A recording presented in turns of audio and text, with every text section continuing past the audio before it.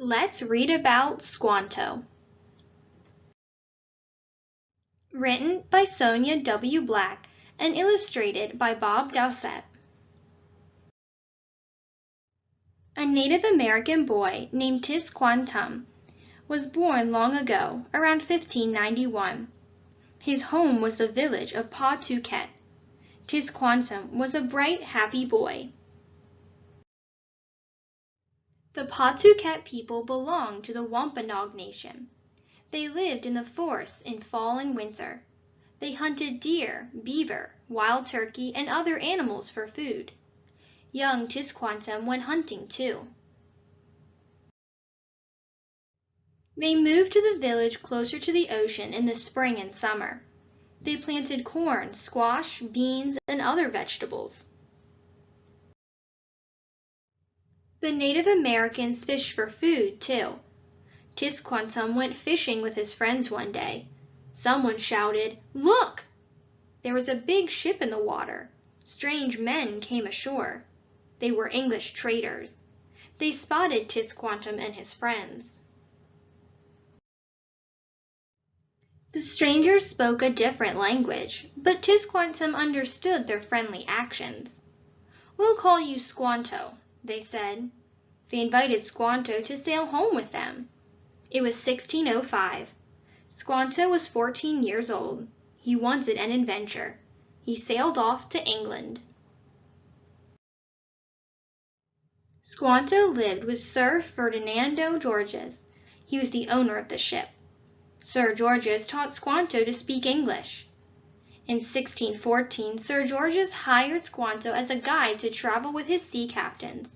The men were returning to explore the new land. Squanto would talk to the natives for them. Squanto had not been home for 9 years. "It will be good to go home," he said. Squanto was a very smart guide. He led Captain John Smith through many new territories. He helped him to draw up maps. He traded with natives.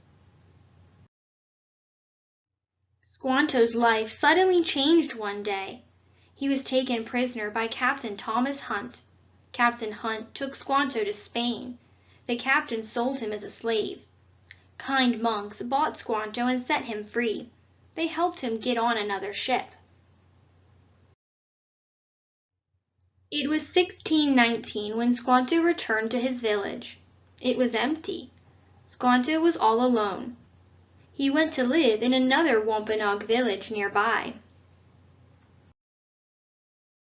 It was a spring day in 1621. Squanto's friend Samoset brought him news about his old village. "English settlers have been living there since the winter," Samoset said. "They call themselves Pilgrims." Samoset took Squanto to meet the Pilgrims. The Pilgrims had sailed from Plymouth, England. They came on a ship called the Mayflower. They called this new land New England. The old Pawtucket village was now called Plymouth.